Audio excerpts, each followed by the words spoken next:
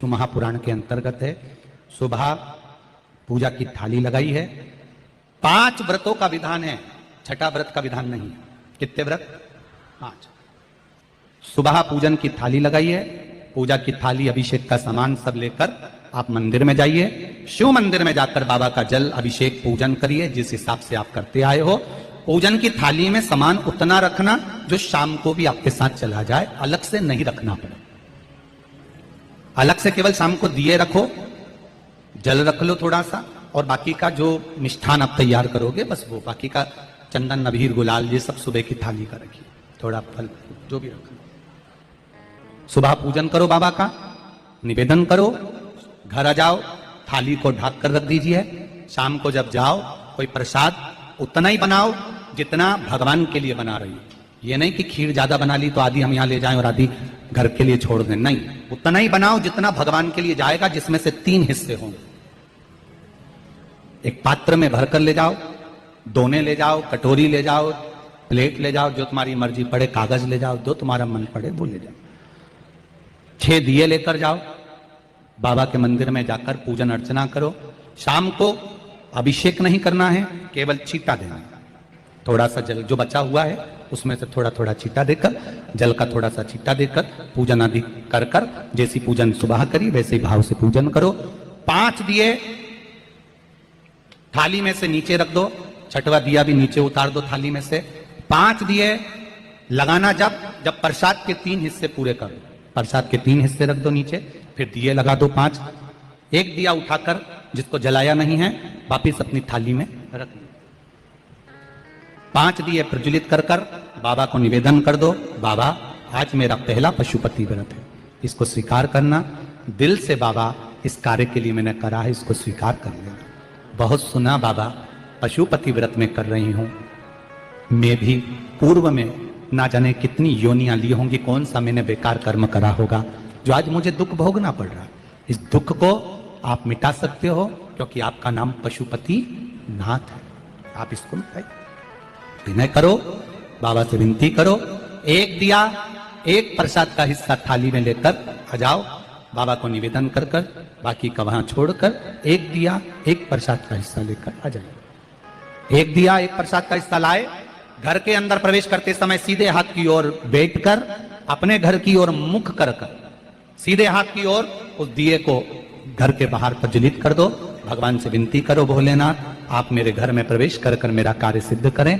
बाबा को निवेदन कर कर अंदर जाइए। भोजन करने से पहले जो मीठा है, एक हिस्सा प्रसाद का है, उसको खा लीजिए। उस हिस्से में से किसी को नहीं देना, चाहे घर में बच्चे हों चाहे बड़े हों। उस प्रसाद का हिस्सा केवल तुमको खाना। पहले प्रसाद खाइए, उसके बाद में फिर भोजन करिए। एक समय फलाहार कर सकते हो, दूसरे समय भोजन कर सकते हो। इसमें जरूरी नहीं कि आपको मीठा ही खाना है। शाम का जो प्रसाद बनेगा वो मीठे का ही भोग लगेगा। सुबेरे आप आराम से नमकीन का भी फलाहार कर सकते हो, मीठे का भी फलाहार कर सकते हो। फलाहार के लिए कोई मना नहीं है, फलाहार आप कैसा भी कर सकते हो। पर भोजन जब करोगे, अन्न जब खाओगे, जब पहले भगवान का प्रसाद पालो। 4 पशुपति व्रत पूर्ण हो, बीच में अगर कहीं रजस्वला धर्म आ गया, आपको पूजन नहीं करना है, घर में कोई सूतक सावड़ आ गया, या कोई व्रत फंस गया, एकादशी आ गई, या कोई व्रत आ गया, तीज आ गई, चतुर्थी आ गई, जिसका आप व्रत करते हुए आए हो, तो पशुपति व्रत उस दिन मत करो, फिर अगले सोमवार कर लेना। 3 हो गए, एक रह गया बीच का, उसको अगले में करो, वो चौथे में गिनती में आ जाए। 5वां छूट गया, कोई बात नहीं, 1 महीने बाद तो होगा, 8 दिन बाद तो होगा, 15 दिन बाद तो होगा, फिर उसको गिन लो, 5वां हो जाए। महाराज ऐसे 5वां व्रत जब आए, 5वें व्रत के दिन शाम को जब पूजन करने जाओ, एक श्रीफल, कुछ रुपए, 11 रुपए आदि जो भी है, नारियल पर रखकर बाबा को विनय कर कर, बाबा आज मेरा पशुपति व्रत पूर्ण हो रहा है, आपकी कृपा हो, मेरी झोली भरना बाबा, विनती करो। और वो श्रीफल रुपया रखकर 5 दिए लगाकर, एक दिया वापिस लेकर, एक हिस्सा प्रसाद का लाकर देहली पर अपने वही दिया लगाकर अंदर प्रवेश कर कर भोजन ग्रहण करो। बाबा को निवेदन कर लो। पशुपति व्रत का कोई उद्यापन नहीं है, पशुपति व्रत का एक ही उद्यापन है, जो श्रीफल और 11 रुपए आपने मंदिर में रखे हैं, वो उद्यापन के भाव से रखे हैं, भगवान को नमन कर कर रखे हैं। ये पशुपति व्रत। अब दुनिया के लोग इसको पशुपति व्रत को कहीं इतनी बत्ती लगा दो, तो इतनी बत्ती का दिया लगाओ, तो ऐसा करो, तो गलत। उसका नियम जो है वो एक ही, उस नियम के अलावा कोई। आप प्रेम से करो, स्नेह से करो, उसको दिल से विचारो, मन से विचारो। शंभो शरणे मांगू घड़ी रे घड़ी, दुख काटो दया करी निदर्शन। आप दिल से उसका स्मरण, ये पशुपति व्रत है। एक व्रत करने के बाद अगला जब व्रत करो तो थोड़ा रुक कर करना, एक साथ लगे लगाए व्रत ना करिएगा, थोड़ा रुक कर करिए, इंतजार करो 3 महीने का कि बाबा मेरी ऊपर कृपा जरूर करेगा।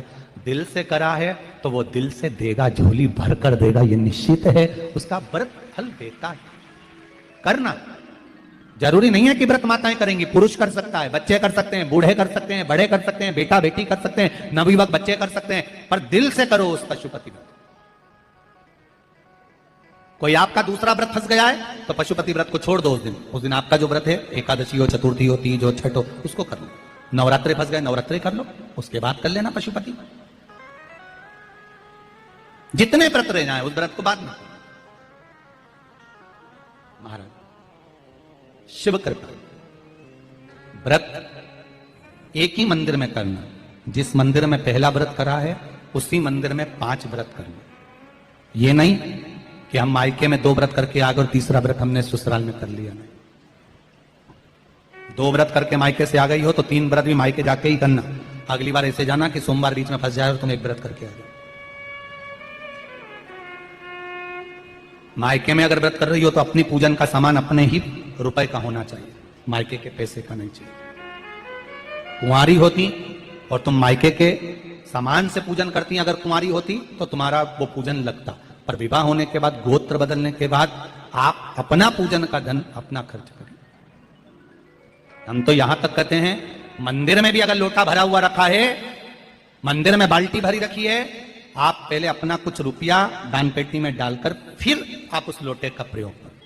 पीपल के पेड़ के नीचे पूजन करने गए, आंवले के पेड़ के नीचे पूजन करने गए, बड़ के पेड़ के नीचे पूजन करने गए, किसी की लगी लगाई थाली मिल गई, सामान मिल गया, उसके सामान में से आप मत चढ़ाइए। आपके पास जो सामग्री है आप उससे पूजन करें।